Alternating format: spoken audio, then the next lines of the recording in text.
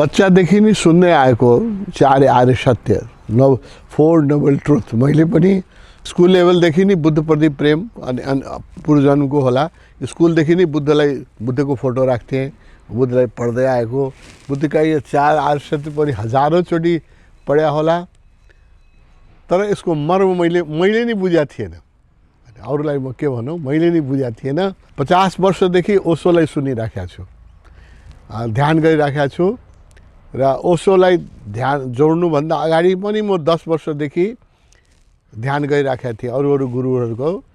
ओशोलाई join हुनुभन्दा अगाडि नै म लगभग 12 वर्षको उमेरदेखि नै ध्यान गर्दै आइरहेको छु र पढ्दै आइरहेको छु। 60-62 वर्ष भयो, मेरो उमेर 75 वर्ष छ। 62 वर्षदेखि म धर्म पढ्दै आइरहेको छु। मैले चार आर्य सत्य बुझेको थिएन, होइन। अहिले बुद्धको कृपाले र ओशोको शिक्षणले अब अहिले मलाई लाग्छ कि अहिले मैले चार आर्य सत्य केही बुझेको छौँ जस्तो लाग्छ, होइन। त्यो पनि अब अहिले बुझेको सायद 2-4 वर्षपछि लाग्ला कि योभन्दा पनि बुझ्न बाँकी थियो, लाग्न सक्छ। त अहिले मलाई लाग्छ मैले आर्य सत्य, चार आर्य सत्य केही बुझेको छौँ र यो संसारको दर्शनको यो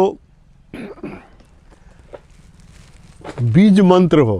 यो संसारका योभन्दा दर्शनमाथि जानै सक्दैन। यो चार आर्य सत्य जसले बुझ्यो उसले संसारका सबै फिलोसफी बुझ्यो, है। र यसपछि मलाई विश्वास साथमा भन्छु, यो चार आर्य सत्य बुझ्ने मान्छे र चार आर्य सत्यको पालन गर्ने मान्छेलाई अरू केही पढ्नु पर्दैन, केही बुझ्नु पर्दैन, केही सुन्नु पर्दैन, यति काफी छ, है। यो बुद्धले जुन यो भनिदिनु भयो चार आर्य सत्य, यो जस्तो हामीले एकदम दुधलाई उ गरेर उसको बटर निकाल्छौँ नि, होइन, त्यस्तै सारा दर्शन मन्थन गरेर बुद्धले चाहिँ नौली निकालिदिनु भएको छ त्यसको सब सारा दर्शनको। योभन्दा बढी मलाई लाग्दैन कि अरू केही चाहिन्छ। अब यसको म पहिलो सूत्र जुन छ, जीवन दुःख हो। मलाई लाग्छ यो पहिले आर्य सत्य मान्छेले बुझ्यो भने पुग्यो, चार पनि बुझ्नु पर्दैन। चार त धेरै माथि हो, होइन। चार आर्य सत्य त भयो।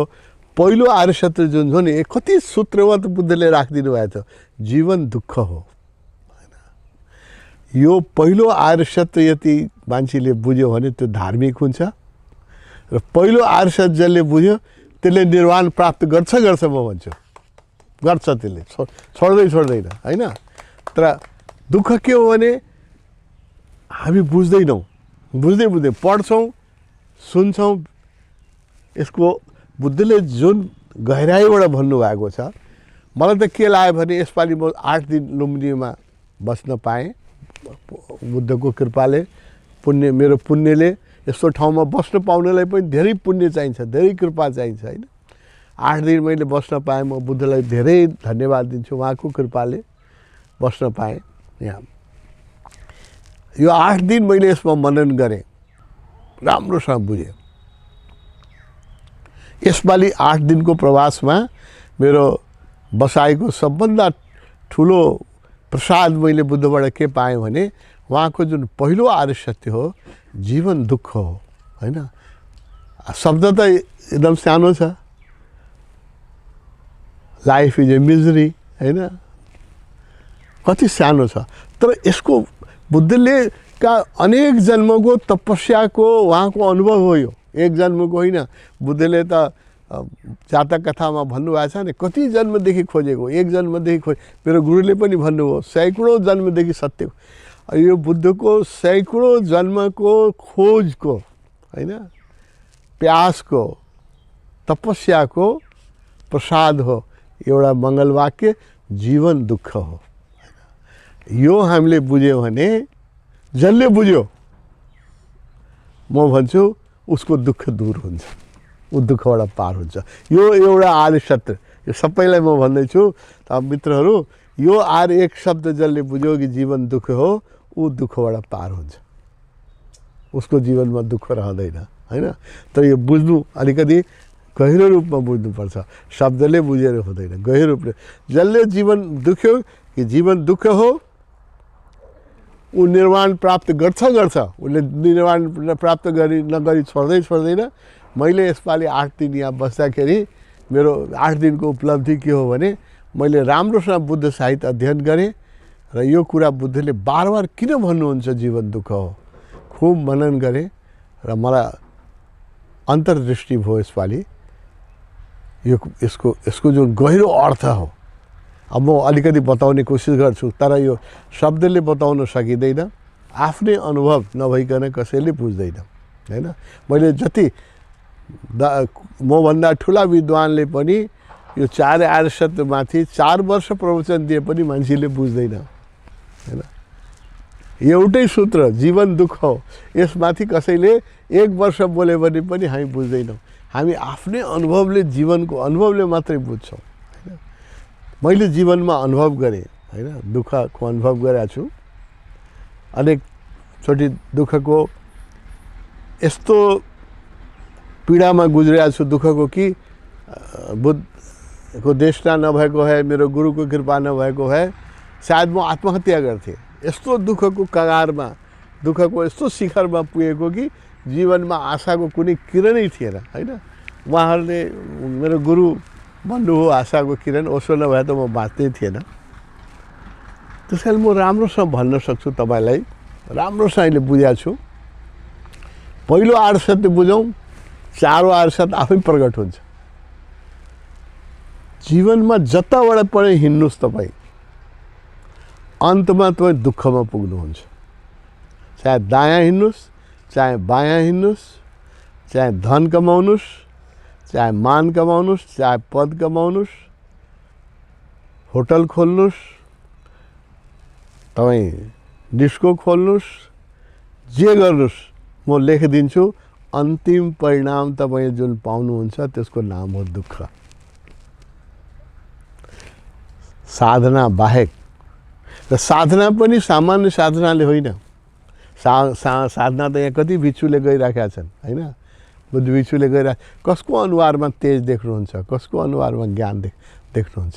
बहुत साधना पनि सम्यक साधना जुन बुद्धले भन्नुभयो नि, साधना पनि सम्यक माइन्डफुलनेस चाहिन्छ, त्यो राइट माइन्डफुलनेस चाहिन्छ, तब साधना हुन्छ।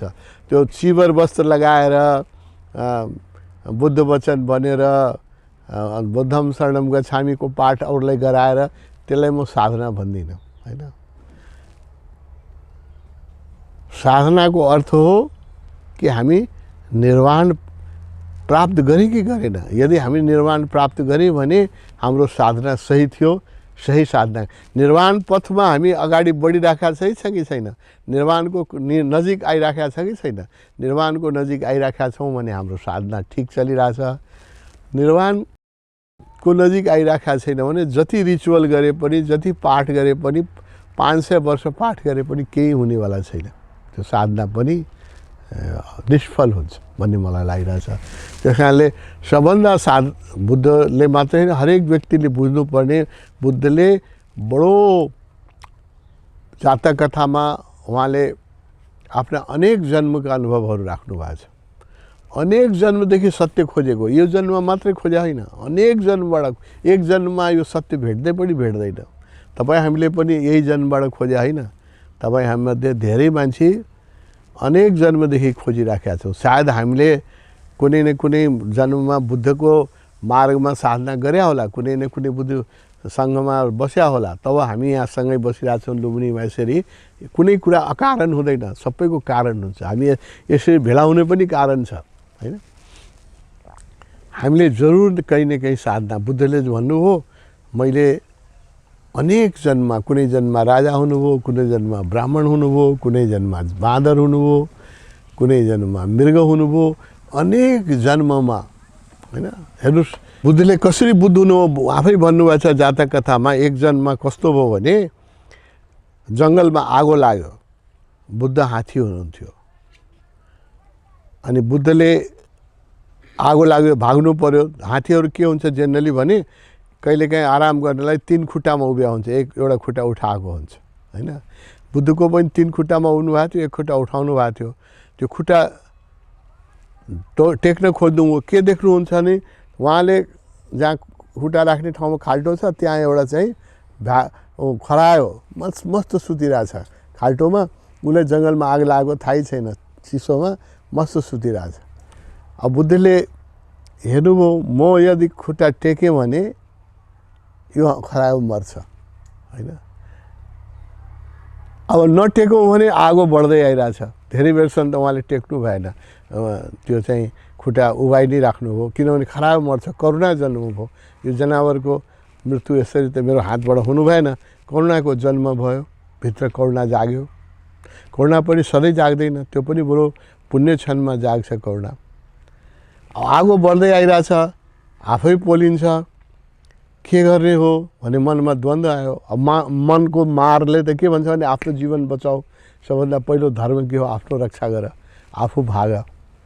तर उहाँ के देख्नुहुन्छ भने यो खाल्टोमा मैले खुट्टा राख्न साथै यो खरायो मर्छ, यो सुतिरहेछ, निर्दोष छ, यसको हत्या मेरो हातबाट किन गर्ने। अनि उहाँले खुट्टा टेक्नु भएन।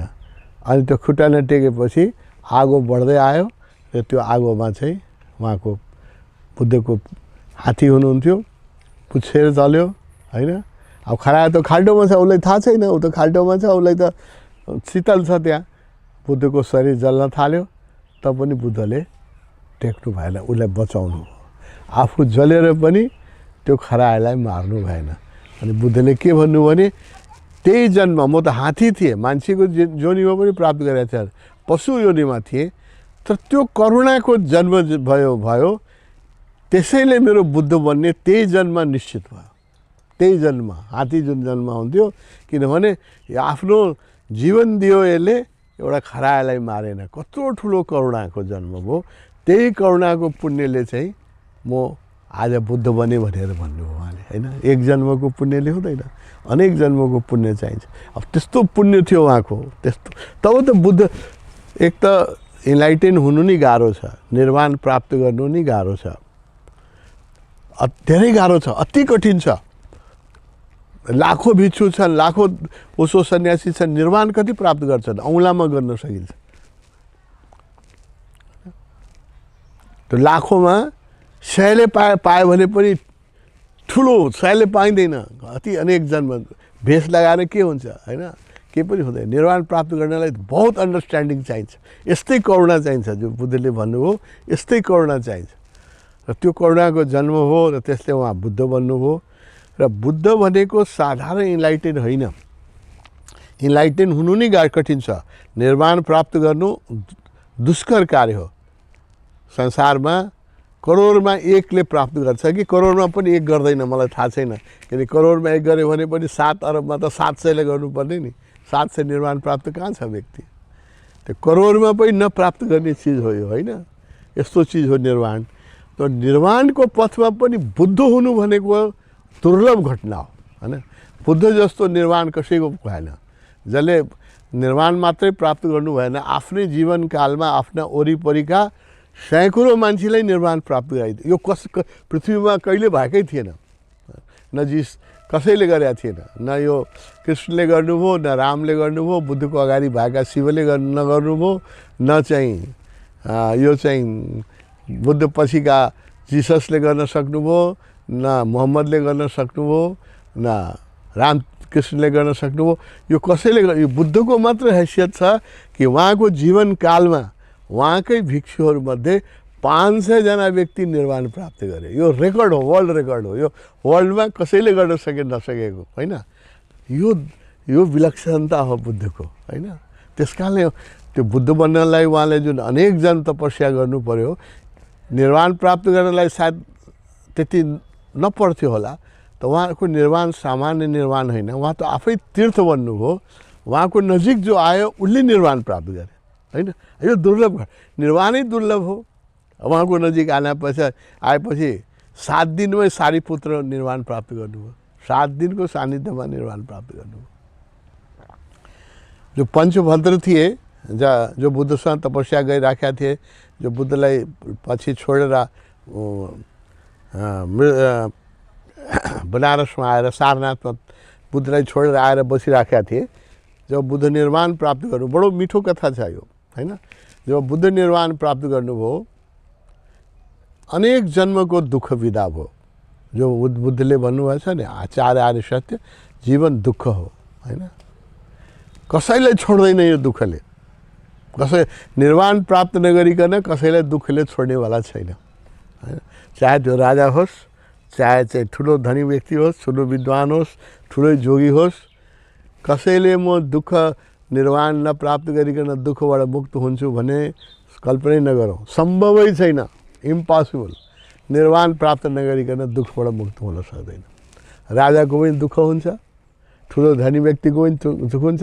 आज ठुलो ठुलो पदमा बसेका व्यक्तिलाई हेर्नुहोस्, अर्को चुनावमा जितिएला कि नजितिएला, अहिले नि पार्टी फुट्छ कि फुट्दैन हैन।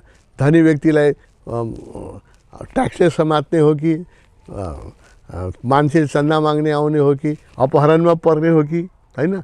धनी व्यक्तिलाई जसको ठुलो धन छ त्यसको ठुलो दुःख छ, जो ठुलो पदमा छ उसको ठुलो दुःख छ। हामीले देख्दैनौँ हैन, बुद्धले देख्नुहुन्छ। जसको सम्पत्ति जति छ, जसको पद जति छ, त्यसको दुःख पनि त्यतिकै ठुलो छ। हामी देख्दैनौँ, हामी उसको धन मात्रै देख्छौँ, हामी उसको पद मात्रै देख्छौँ, उसको दुःख देख्दैनौँ हैन। यही यसपालि मलाई अन्तर्दृष्टि के भयो भने, जो जति ठुलो ठाउँमा छ त्यो त्यत्तिकै दुःखी छ। हामीलाई लाग्छ हो सुखी होला, किनभने बहुत शानका साथ निस्किन्छ, अगाडि पछाडि मान्छेहरू भिड लाग्छन्, हामीलाई लाग्छ सुखी होला। तर जो जति ठुलो पदमा छ त्यो त्यत्तिकै दुःखी छ। र यो संसारमा निर्भय कोही छ भने त्यो निर्वाण प्राप्त योगी नै निर्भय छ, जसकोलाई कुनै चिजको भय हुँदैन। त्यो मात्रै छ जो अभयलाई प्राप्त गरेको छ। सबै मान्छे यहाँ भयभीत छन् संसारमा, कुनै न कुनै भयले कसैलाई छोड्दैन हैन।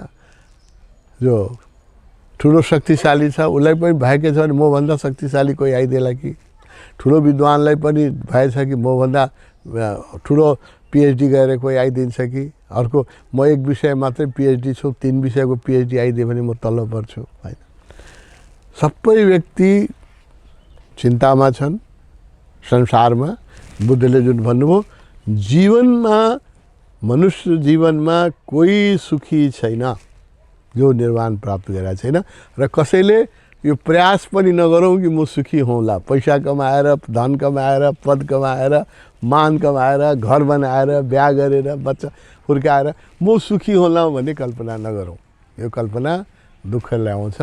यो जीवनमा सुख प्राप्त गर्ने जो बुद्धको जुन 4 आर्षको संक्षेपमा भनौँ, बुद्धले के भन्नु, जीवन दुःख हो, यति बुझ्नु भने पुग्यो। म अरू 4 आर्ष बुझ्नै पर्दैन। यति राम्रोसँग बुझ्नुहोस् कि जीवनमा जे गरे पनि दुःखबाट मुक्तिको उपाय छैन निर्वाण प्राप्त। र जीवनका अन्तिम स्वाद दुःख छ, किनभने शरीर छ। यो शरीर अहिले राम्रो देखिरहेछ, एक दिन यो शरीर यस्तो हुन्छ कि लट्ठी नलिएकन, अरूले नउठाइकन हिँड्न पनि सक्दैन। बुद्धले त्यही देखेर त घर छोड्नु भएको थिएन। एउटा वृद्ध व्यक्तिलाई देख्नुभयो, जो वृद्ध व्यक्ति आफै हिँड्न पनि सक्थेन, लट्ठी टेकेर पनि उसले अरूको सहारामा हिँड्छ। यो शरीरको, हामी सबैको शरीरको त्यो गति हुनेवाला छ, जुन शरीरले कि आफू उठ बस पनि गर्न सक्दैन, अरूले हात दिनुपर्छ। यो शरीरको दुःख हो हैन, कत्रो दुःख छ। त्यसपछि रोग लाग्छ। जसरी तपाईँ जिउनुहोस्, शरीर व्याधि नाम मन्दिर। यो शरीरमा कुनै न कुनै रोग लाग्छ हैन, बिरामी है पर्छौँ। व्याधि दुःख हो, बुढेसकाल दुःख हो। कोही पनि भन्न सक्दैन म बुढो हुन्न, सबै बुढो हुनै पर्छ। त्यो दुःख त आउँछ। बुढेसकाल दुःख हो। रोग मलाई लाग्दैन कसैले ग्यारेन्टी गर्न सक्छ? भोलि नै यस्तो रोग लाग्न सक्छ जसको कुनै उपचारै छैन हैन। र सानातिना रोग, ठुला रोग त अब रोग कसलाई सानो भन्ने, दाँत मात्रै दुख्यो भने सारा संसार दुखिया हुन्छ होइन। एउटा दाँत मात्रै दुखेको याद गर्नुहोस् न कस्तो हुन्छ होइन। व्याधि, सानो व्याधिले पनि ठुलो दुःख ल्याउँछ। व्याधि त आउँछ, दाँत त दुख्छ, पेट दुख्छ, बुढो भएपछि जोइन्ट्सहरू दुख्छ। त्यस कारणले यो शरीरमा त दुःख आउँछ, शरीरमा बस्नु दुःख छ,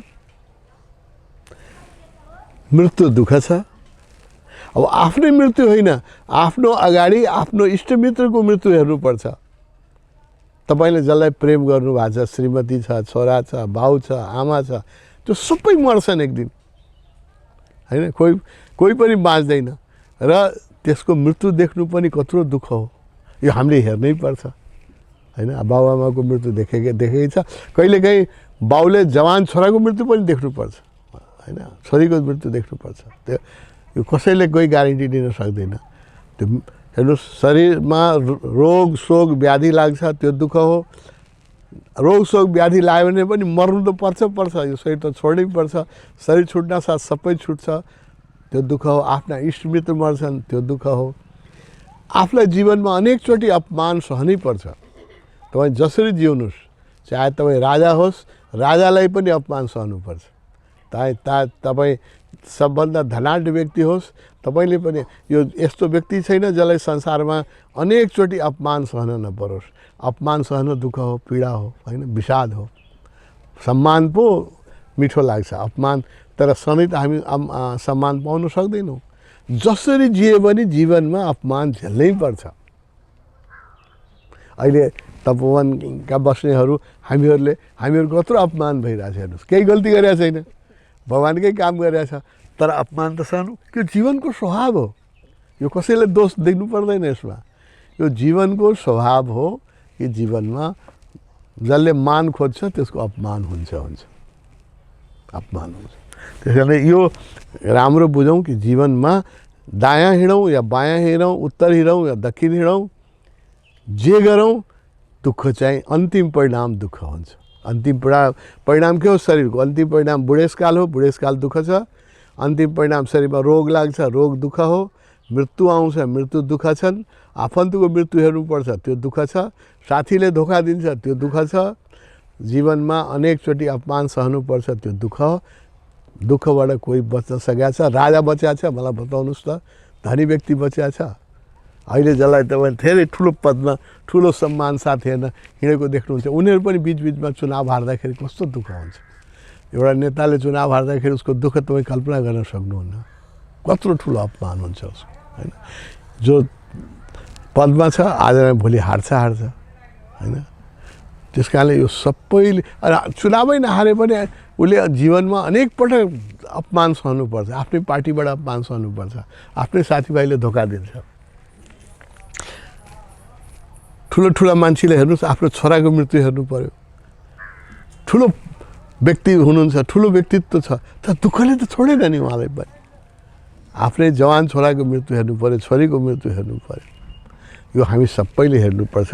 त्यस कारणले यो आर्य सत्य जसले बुझ्यो त्यसले जीवनको मर्म बुझ्यो, त्यसले चाहिँ जीवनको यथार्थ बुझ्यो। बुद्धको पहिलो आर्य सत्य चाहिँ बुझौँ कि जीवनमा दुःख छ, बारम्बार आउँछ, एकचोटि मात्रै आउँदैन।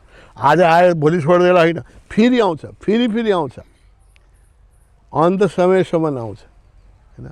बालक हुँदाखेरि अब हेर्नुहोस्, स्कुलमा टिचरले पिट्थे, घरमा आफूले चाहेको काम गर्न दिन्थेन गार्जियनले। लाग्थ्यो के हो अहिले बच्चा छौँ हामी, युवा भयो भने फ्रिडम हुन्छ। युवा भएपछि लागेको हो बच्चामै पनि सुखी थिएँ, अहिले त भन् दुखी। जो अविवाहित छन् उसलाई के लाग्छन् भने विवाह गरेपछि एउटा सङ्गनी आउँछ, बडो दुखी हुन्छ। विवाह गरेपछि थाहा हुन्छ कि पहिले नै यो बडो राम्रो थियो। यो त झन् झन्झटमा परियो होइन। त्यस कारणले यो दुःखले कसैलाई छोड्दैन। यो आर्य सत्यलाई हामीले बुझ्नु पर्यो र यसको मुक्त उपाय खोज्नु पर्यो। बुद्धले कति राम्रो वैज्ञानिक व्याख्या गरिदिनु हो। कुनै फिलोसफरले योभन्दा राम्रो गरेका छैन र यो पछि कुनै फिलोसफी, मैले यो 4 आर्य सत्य पछि कुनै फिलोसफी पढ्नु पनि पर्दैन म त भन्छु। व्यर्थ छ। जीवन दुःख छ, दुःखको कारण छ, अकारण दुःख होइन। सेकेन्ड आर्य सत्य के भन्नुभयो बुद्धले? दुःखको कारण छ। कारण के हो भने, कारण पनि बुझ्नु भने बडो आश्चर्य लाग्छ। कारण के छ भने हामी सुख खोज्छौँ यही कारण हो। तृष्णा, बुद्धले के भन्नुभयो? दुःख छ, दोस्रो आर्छ दुःखको कारण छ। कारण के छ? तृष्णा। तृष्णा भने सुखको आशा। सुखको लागि जो हामी गर्छौँ त्यसैले दुःख जन्माउँछ। मान्छेले के गर्छ? सुखको लागि यो बिहा गरेपछि सुख होला, घर बनाएपछि सुख होला, छोराछोरी पाएपछि सुख होला, धन सम्पत्ति जम्मा गरेपछि सुख होला, त्यो सबैबाट अन्तमा दुःखै निस्किन्छ, सुख निस्किँदैन। त्यस कारणले जो बुद्धले दोस्रो आर्य सत्य भन्नुभयो कि दुःखको कारण छ। कारण के हो? तृष्णालाई भन्नुभयो उहाँले, डिजायर, होइन? Desire is a root cause of misery. र के भन्नुभयो भने दुःख छ, दुःखको कारण छ, र तेस्रो आर्य सत्य के छ भने दुःखबाट मुक्तिको उपाय छ। निराश हुनुपर्ने जरुरी छैन। हामी दुःखी छौँ र दुःखबाट मुक्तै हुनु सक्दैनौँ, यो निराश हुनुपर्ने उपाय छैन। बुद्धले जीवन दुःख छ मात्रै भन्नु भएन, आशा पनि देखाउनु भएको छ कि दुःखबाट मुक्तिको मार्ग पनि छ, होइन? त्यो मार्ग उहाँले यो जो अष्टाङ्गिक मार्ग भन्नुभयो, होइन, साधनाको मार्ग जुन भन्नुभयो, त्यो दुःख मुक्तिको उपाय हो, त्यो पनि भनिदिनु हो। चौथो के भनिदिनु हो भने दुःख मुक्तिको स्थिति छ। यस्तो छैन कि सधैँ हामी दुःखै बस्नुपर्छ, सबै मान्छे दुःखी हुन्छ, जरुरी छैन। एउटा यस्तो स्थिति छ, निर्वाण, एउटा यस्तो पद छ, निर्वाण पद छ, जहाँ गएपछि बुद्धले भन्नुभयो अनेक शत्रुहरूको बिचमा पनि म चाहिँ निर्भय घुम्छु, अनेक विपत्तिहरूको बिचमा पनि म आनन्दतिर रहन्छु, अनेक पराजयको बिचमा पनि मेरो पराजय हुँदैन, किनभने मैले निर्वाण प्राप्त गरिसकेको छु, होइन? निर्वाण प्राप्त जुन छ त्यो सबै दुःख मुक्तिको उपाय छ, त्यो स्थिति छ।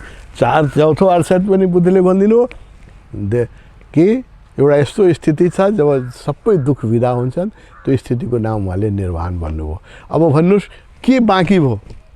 अब किन अर्को फिलोसफी पढ्ने? सबै फिलोसफी आयो कि आएन?